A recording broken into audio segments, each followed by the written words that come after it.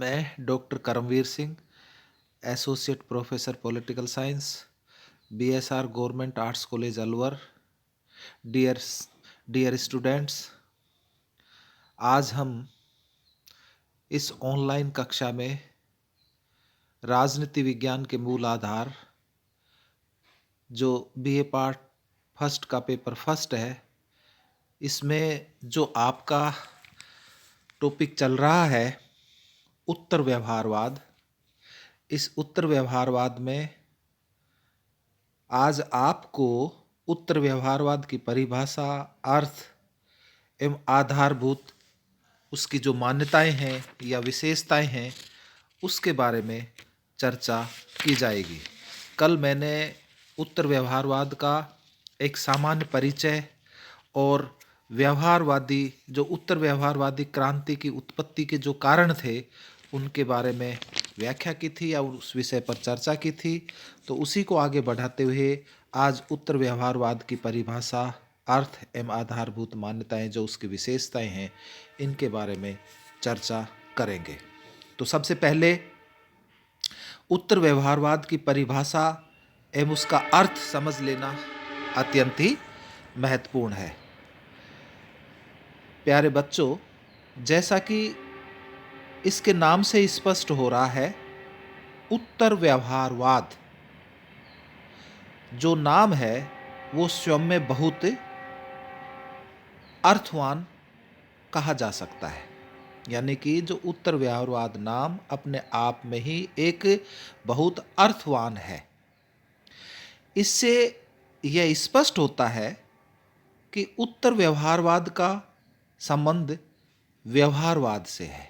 ठीक है ना, बिल्कुल स्पष्ट हो रहा है। उत्तर व्यवहारवाद है ना, उत्तर पहले लग गया और व्यवहारवाद है ही, तो ये स्पष्ट हो रहा है कि उत्तर व्यवहारवाद का संबंध व्यवहारवाद से कहीं ना कहीं है।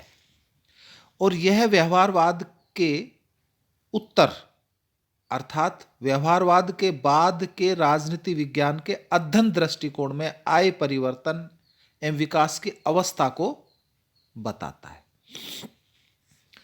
वास्तव में यह कहना उचित होगा कि आधुनिक राजनीति विज्ञान परंपरावादी दृष्टिकोण का विरोध करते हुए व्यवहारवाद के रास्ते से उत्तर व्यवहारवाद की वर्तमान अवस्था तक पहुंचा है।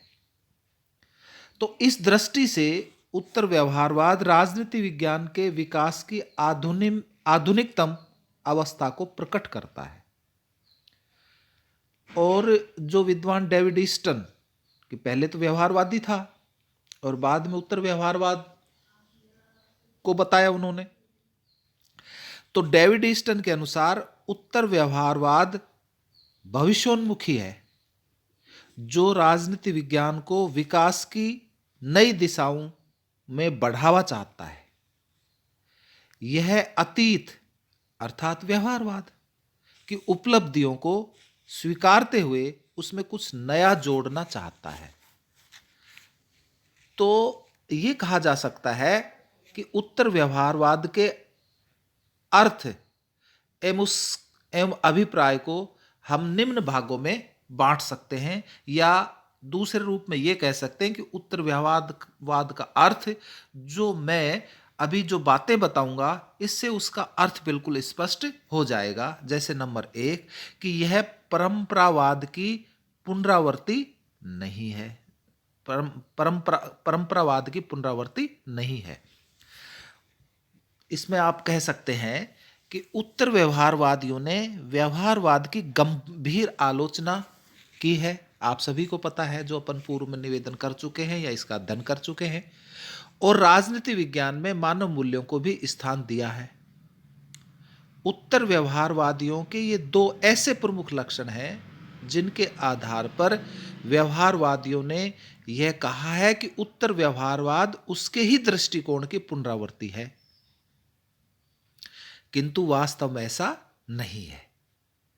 उत्तर व्यवहारवाद ने परंपरावादियों की तरह व्यवहारवाद की वैज्ञानिक अध्ययन तकनीकों की उपेक्षा नहीं की है, अपितु इन्हें अपनाया है।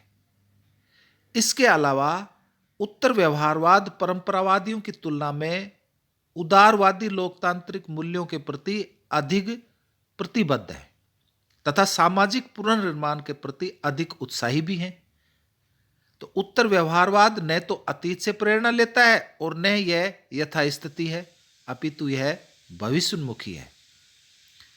इस प्रकार उत्तर व्यवहारवाद का अर्थ एवं प्रकृति समझने में यह भूल नहीं की जानी चाहिए कि यह एक नए रूप में परंपरावाद है अथवा यह परंपरावाद की पुनरावृत्ति है।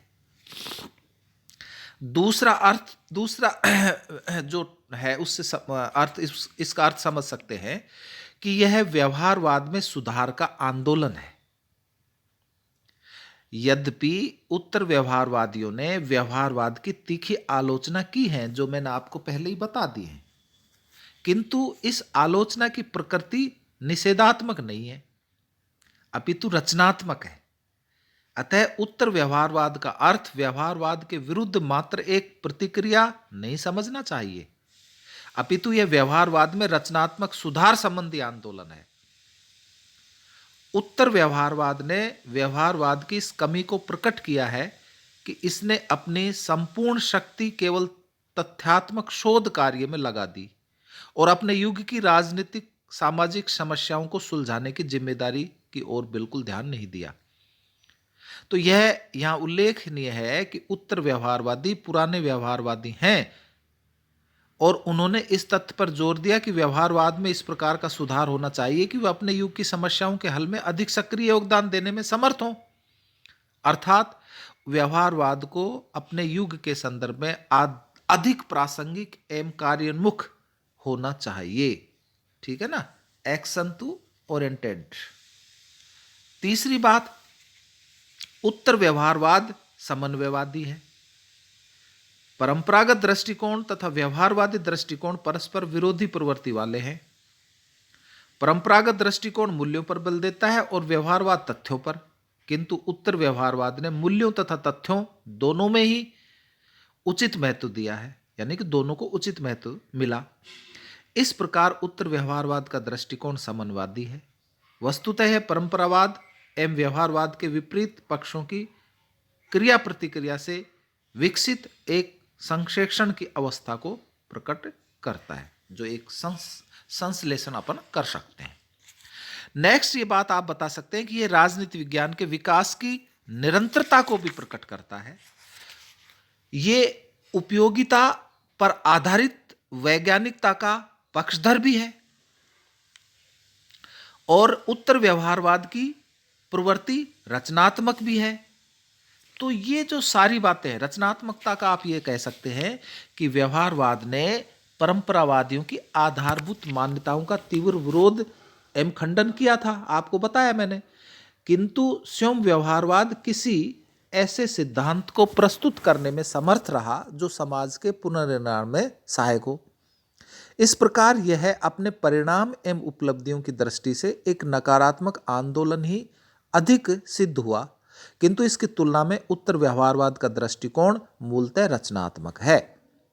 उत्तर व्यवहारवादियों ने व्यवहारवादियों के ज्ञान के लिए ज्ञान के सिद्धांत को स्वीकार नहीं किया, अपितु उन्होंने जीवन के लिए ज्ञान के सिद्धांत को अपनाया। उत्तर व्यवहारवादियों का मत है कि राजनीति विज्ञान के अध्ययन का वास्तविक उद्देश्य मानव मूल्यों, जो उदारवादी मूल्य हैं, की रक्षा करते हुए समाज की समस्याओं का हल ढूंढना और समाज के पुनर्गठन में मदद देना है, ताकि संपूर्ण मानव सभ्यता की रक्षा की जा सके। तो इस प्रकार अपने अर्थ एवं प्रकृति की दृष्टि से उत्तर व्यवहारवाद एक रचनात्मक प्रवृत्ति का आंदोलन है। तो ये जो मैंने बातें बताई, इस बातों से ये स्पष्ट है कि उत्तर व्यवहारवाद का अर्थ अपन किन रूपों में समझ सकते हैं कि ये उत्तर व्यवहारवाद जो है यह परंपरावाद की पुनरावृत्ति नहीं है, यह व्यवहारवाद में सुधार का आंदोलन है। उत्तर व्यवहारवाद एक समन्वयवादी है, यह राजनीति विज्ञान के विकास की निरंतरता को प्रकट करता है, उपयोगिता पर आधारित वैज्ञानिकता का पक्षधर है। उत्तर व्यवहारवाद की प्रवृत्ति रचनात्मक है।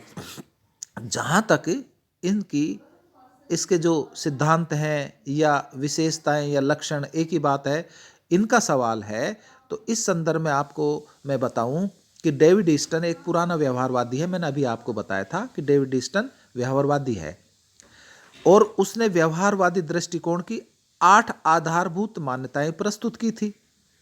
उसने इन्हें व्यवहारवाद की बौद्धिक आधारशिला भी कहा था, किंतु बाद में जब उसने सामाजिक संदर्भ में व्यवहारवाद की निष्क्रियता एवं अनुपयोगिता का अनुभव किया, तो उसने अपने जैसे विचार वाले विद्वानों के साथ मिलकर उत्तर व्यवहारवादी दृष्टिकोण के विकास एवं स्थापना में मदद की। यानी कि वो बाद में उत्तर व्यवहारवादी बन गया, जो उस प्रकार के थे उन चिंतकों के साथ में। तो अब डेविड ईस्टन ने एक उत्तर व्यवहारवाद के रूप में उत्तर व्यवहारवाद की व्याख्या की और इसके साथ जो आधारभूत मान्यताएं हैं उनको प्रस्तुत किया। इन्हें प्रासंगिकता के सिद्धांत यानी कि प्रासंगिकता का धर्म कहा। और डेविड ईस्टन ने जो उत्तर व्यवहारवाद की जो 7 मान्यताएं या उनकी विशेषताएं या लक्षण जो बताए, उनका भी उल्लेख करना यहाँ आवश्यक है। जैसे नंबर 1 कि तकनीक से पहले सार का महत्व। व्यवहारवादियों ने राजनीति विज्ञान के अध्ययन में वैज्ञानिक तकनीकों में के प्रयोग पर बहुत अधिक बल दिया, आपको पता ही होगा। किंतु अपने इस प्रयत्न में उन्होंने अध्ययन यानी कि शोध के उद्देश्य की उपेक्षा की। तो उत्तर व्यवहारवादियों का मत है कि वैज्ञानिक तकनीकों के साथ ही अध्ययन के उद्देश्य यानी कि उसका सार का भी महत्व है। वस्तुतः क्रम की दृष्टि से तकनीक से पहले सार का स्थान आता है। पहले अध्ययन का उद्देश्य तय किया जाना चाहिए, तब इसकी प्राप्ति के लिए वैज्ञानिक तकनीक का प्रयोग होना चाहिए। उत्तर व्यवहारवादियों के अनुसार अध्ययन का उद्देश्य यानी कि सार जो है हमारे समय की समस्याओं का हल ढूंढना और उस उद्देश्य की पूर्ति के लिए ही तकनीक का प्रयोग होना चाहिए। उनका निष्कर्ष है कि शोध के लिए तकनीक यानी कि उपकरण की जरूरत तो होती है, किंतु इससे अधिक महत्वपूर्ण वह उद्देश्य होता है जिसके लिए तकनीक को अपनाया जाता है। यदि इन दोनों में से किसी एक का त्याग करने की जरूरत हो तो तकनीक का त्याग किया जा सकता है, उद्देश्य का नहीं। तो ये जो उपरोक्त बातें हैं, इन उपरोक्त बातों को हम व्यवहारवादियों एवं उत्तर व्यवहारवादियों की भाषा में अन्य प्रकार से कह सकते हैं कि व्यवहारवादियों का नारा है अस्पष्ट होने से गलत होना अच्छा है, किंतु उत्तर व्यवहारवादियों का नारा है या उनका मत है कि अप्रासंगिक रूप से निश्चित होने के स्थान पर अस्पष्ट होना अच्छा है। दूसरी बात, उत्तर व्यवहारवाद सामाजिक परिवर्तन पर बल देता है। समकालीन समस्याओं के विश्वसनीय समाधान की यह आवश्यकता है और मूल्य राजनीतिक अध्ययन का अभिन्न अंग है। 5वां जो उन्होंने मान्यता बताई कि मानव मूल्यों की रक्षा में बुद्धिजीवियों की अहम भूमिका भी होती है। 6, राजनीतिक विज्ञान कार्य विज्ञान व मनन विज्ञान दोनों का ही है। और 7वां उन्होंने बताया कि व्यवसाय का राजनीतिकरण अनिवार्य एवं वांछनीय भी है। इसमें आप कह सकते हो कि उत्तर व्यवहारवादियों के अनुसार व्यवहारवादियों की मूल भूल ये थी कि उन्होंने शुद्ध वैज्ञानिक शोध के नाम पर राजवैज्ञानिकों एवं बुद्धिजीवियों से संबंधित समस्त संस्थाओं को अपने सामाजिक दायित्वों के प्रति तटस्थ, उदासीन एवं निष्क्रिय बना दिया था और वे इस स्थिति को शुद्ध वैज्ञानिक चिंतन की दृष्टि से उचित भी मानते थे। किंतु उत्तर व्यवहारवादियों का मत था कि इन सभी संस्थाओं एवं संघों को अपने सामाजिक दायित्वों की पूर्ति के लिए अत्यधिक सक्रिय दिखानी चाहिए।